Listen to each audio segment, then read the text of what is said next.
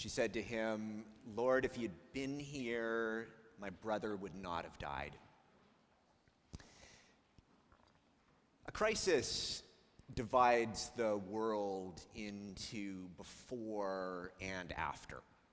There is the moment before the car accident, before the bomb falls, before the consultation with the doctor, before the phone call that changes everything.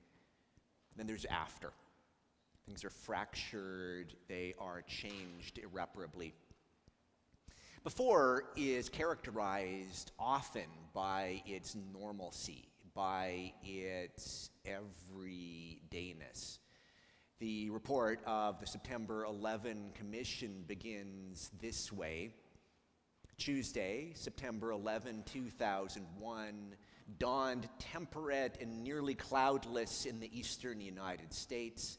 Millions of men and women readied themselves for work. So normal.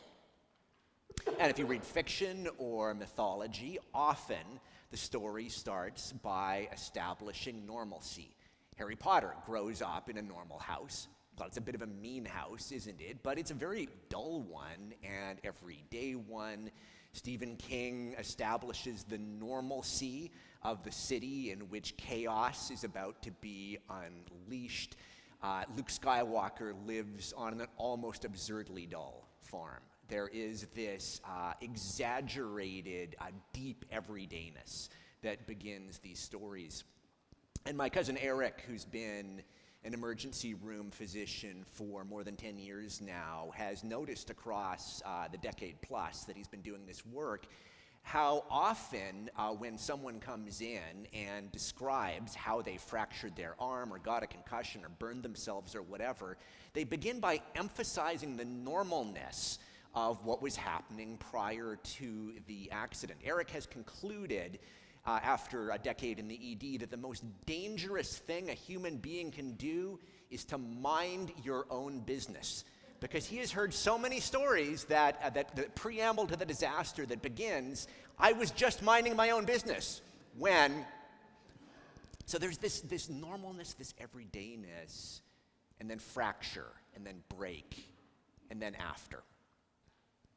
On November 11, Phoebe and I got the phone call, "Your dad was taken to the hospital this morning in an ambulance."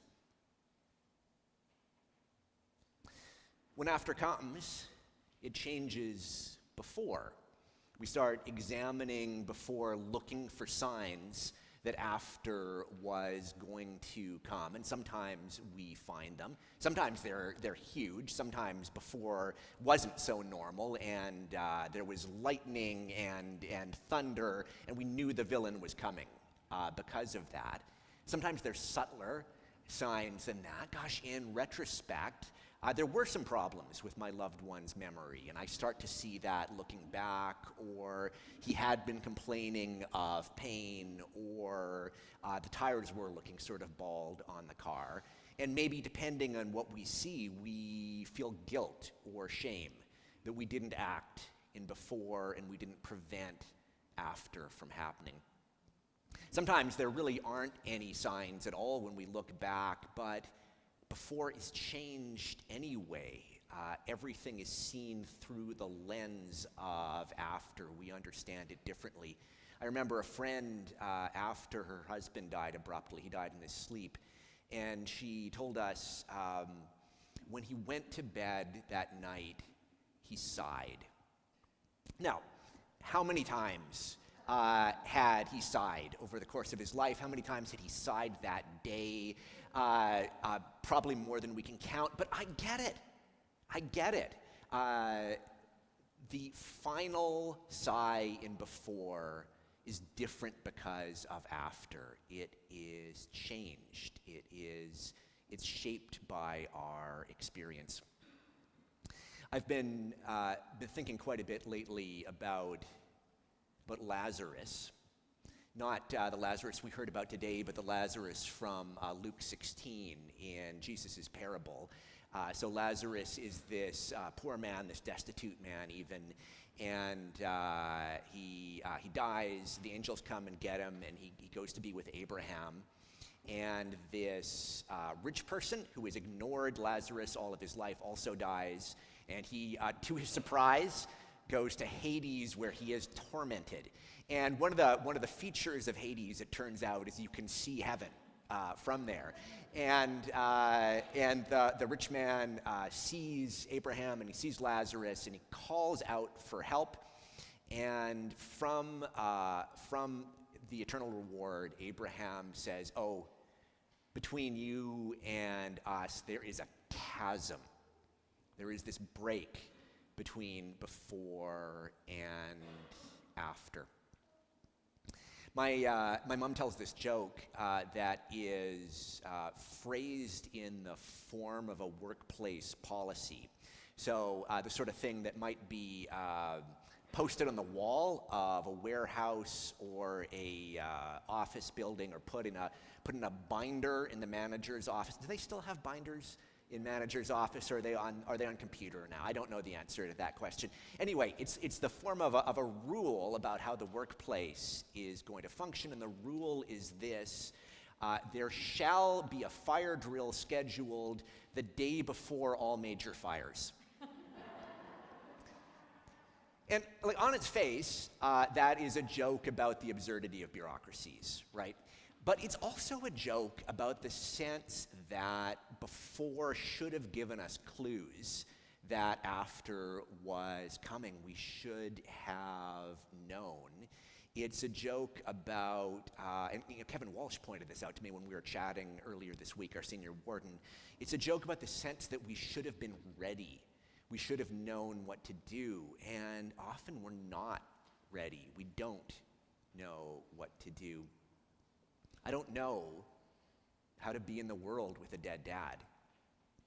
I don't know how to be in the world with a mom who's having an overlapping health crisis. They were the people I always called when my before turned into an after and said, how am I supposed to navigate that? And now I am navigating them, and the subject of before turning into after is them. I've noticed over this last while that that before turning into after, this chasm, this break, turns everything in before into an anniversary. I just keep on thinking this time a year ago my father was alive.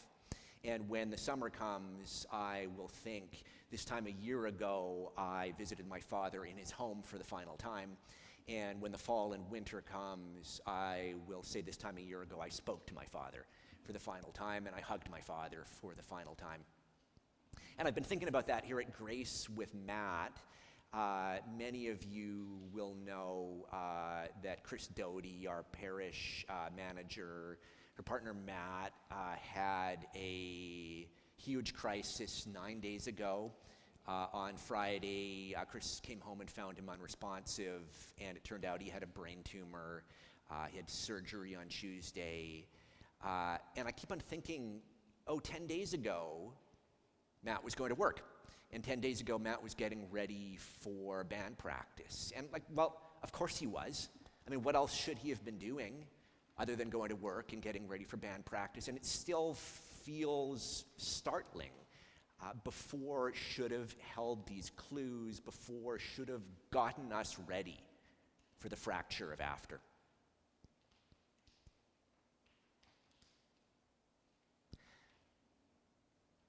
If you've been hanging out in church for a while, the story of Lazarus' death will be very familiar to you. It's not clear if this is the same Lazarus who dies and goes to his reward in Luke 16, or if it's a different person with the same name. I've heard the story a lot of times, but maybe shaped by my dad's death, or maybe shaped by Matt's crisis. This is the very first year that I have heard this as a story of before and after. So Corbett talked last week about how he continually notices in the Gospel of John how different it is than the synoptic Gospels, than Matthew, Mark, and Luke. Matthew, Mark, and Luke are called the synoptic Gospels because they broadly synopsize the same story as one another, and John has a very different telling of Jesus' life. And Corbett talked as well about the tension or the paradox within the Gospel of John. On the one hand, it is the gospel with the highest Christology, high Christology being a $3 way of saying that in that gospel, Jesus uses the most mystical language. He seems to be most clear about what awaits him in Jerusalem and what it's going to mean. He seems to have the deepest understanding of his oneness with the one whom he calls the Father. But it's also the gospel where the most earthy things happen. So Corbett talked about how Jesus heals last week by mixing dirt and spit. What could be more earthy than that? His first miracle is getting wine ready for a party when there's a woman accused of adultery and the crowd is ready to stone her. Jesus writes in the dirt. What is he writing? And today we have Jesus weeping, the only one of the Gospels in which we hear that Jesus weeps. We hear him confronted with death, with before and after, and being overwhelmed by it. So Jesus and his friends are they're away together in a town, and this message comes to them from a pair of sisters that says, from Martha and Mary, and it says, our brother Lazarus is really sick. And the implied corollary, maybe it's said explicitly in there, John doesn't tell us, but the implied corollary at least is, come right now. But Jesus doesn't come right now. He spends 2 days talking theology with his friends. And maybe that theology is really important. Maybe he's saying some things that are really vital for understanding high Christology, assuredly. But today, through the lens of before and after, I see Jesus doing something immensely human, immensely earthy, making an immensely human mistake. And that is the mistake of saying, there's always going to be more time. There's always tomorrow. And then Lazarus dies, and it turns out there's not more time. And he travels back to Bethany, and Mary comes out to greet him, and Martha comes out to greet him. I'm not positive I have the order right. The sisters come out to greet him in turn, and each of them says, Lord, if you'd been here, my brother would not have died. It's hard not to hear that as accusation. And I wonder if Jesus doesn't become entirely overwhelmed with grief, with remorse about what he might have done in before, with uncertainty, total unpreparedness about what he's going to do in after. And he decides what he's going to do is he is going to bring Lazarus back. Now, depending on how you read the Gospels, this is either unusual or it's unique. In the Synoptic Gospels, Jesus raises Jairus' daughter. In Matthew, Mark, and Luke, he raises Jairus' daughter. And in Luke, he raises the son of the widow of Nain. Here in John, this is the very first time that he will bring someone back to life, and it's the last time that he will bring someone to life. So there is something unique happening in this moment. And I'm struck in this unique decision at how often in storytelling, in mythology, bringing back the dead is a terrible mistake. We have the example in Ezekiel where it seems like it's a pretty good thing to do, but often in folk tales or horror stories, bringing back the dead is the worst thing you can do. So if you ever took classical studies, Cast your mind back to Orpheus and Eurydice.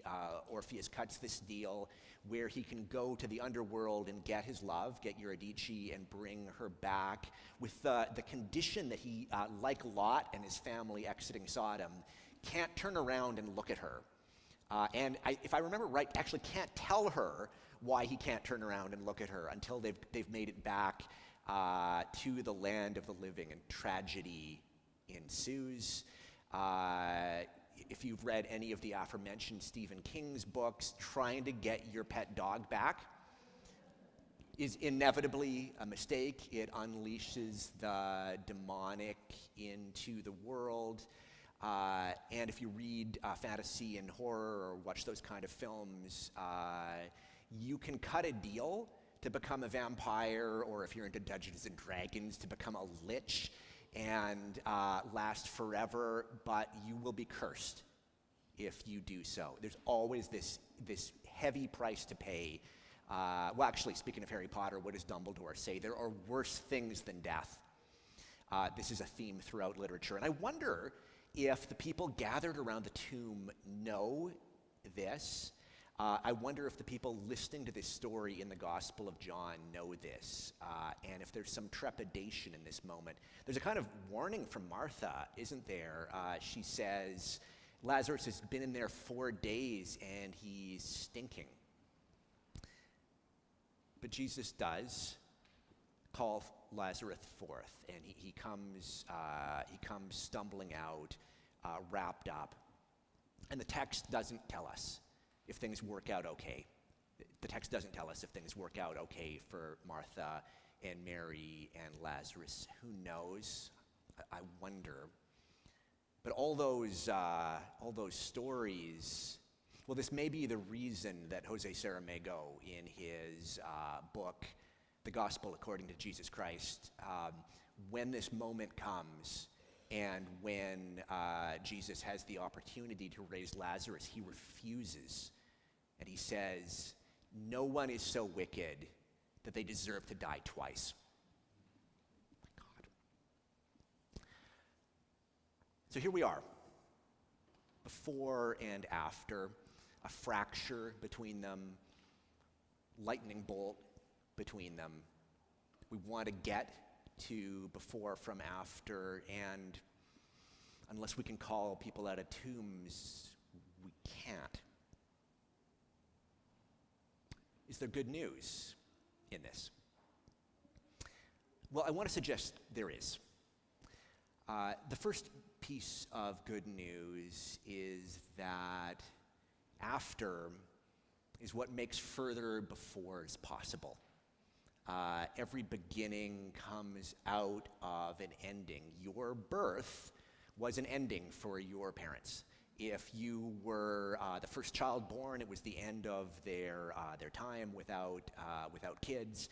If you had siblings before you, still a dynamic ended in your family when you were born. There's a popular song that says, every new beginning comes out of some other beginning's end. So the after, the way God has structured the world, sets up the new before. So this is good news. Something new is being born. And this is good news as well, because what we learn in this story is that Jesus too knows about before and after, and the chasm between them, or to use the language of the Lenten zine, to use the language of Lent, the wilderness that lies between them. He too has experienced this. And as we can say with so many other things, when we experience before and after, we can say to Jesus, you know what this is like. In a couple of Sundays, it will be Easter. We'll find the tomb empty. And maybe it is in Easter, it is in resurrection, that before and after are finally reconciled, where the chasm goes away and the two of them live together. Because what do we encounter in the risen Lord except before and after in one place? He is alive, he is risen, and the mortal wounds remain on his hands and on his feet and on his side. everything reconciled together. And of course it is. Of course it is all reconciled in God, endings and beginnings. Because what does God tell us? I am the Alpha and the Omega. I'm the beginning and the end. I am before and after.